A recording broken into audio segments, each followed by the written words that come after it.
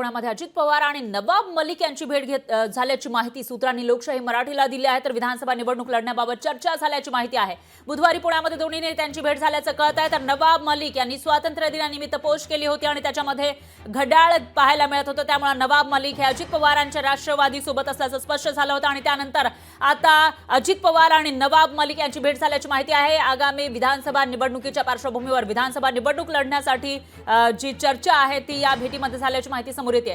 तर काल जी पोस्ट केली होती स्वातंत्र्य दिनानिमित्त त्यामध्ये घड्याळ हे चिन्ह होतं आणि त्यानंतर चर्चेला उधाण आलं होतं। तर आतापर्यंत नवाब मलिक नेमकं कोणत्या राष्ट्रवादी सोबत असा सवाल विचारला जात होता, कारण नवाब मलिक हे जेलमधून बाहेर आल्यानंतर त्यांना आपल्या राष्ट्रवादीनं महायुतीमध्ये घ्यावं, महायुतीसोबत घ्यावं याला विरोध झाला होता। फडणवीसांनी खुद्द याला विरोध केला होता, पण विधान परिषद निवडणुकीवेळी मात्र याविषयी काहीही बोललं गेलं नव्हतं। आणि आता जेव्हा विधानसभेची निवडणूक लागणार आहे त्याच्या आधी नवाब मलिक पुन्हा एकदा ऍक्शन मोडमध्ये पाहायला मिळत आहेत। काल त्यांनी जी पोस्ट केलेली होती स्वातंत्र्य दिनाच्या शुभेच्छा देण्यासाठी त्याच्यामध्ये घड्याळ हे चिन्ह दिसलं, त्यामुळे ते अजित पवारांसोबत असल्याचं स्पष्ट झाल्यानंतर आता पुण्यामध्ये अजित पवार आणि नवाब मलिक यांची भेट झाल्याची माहिती सूत्रांनी दिली आहे।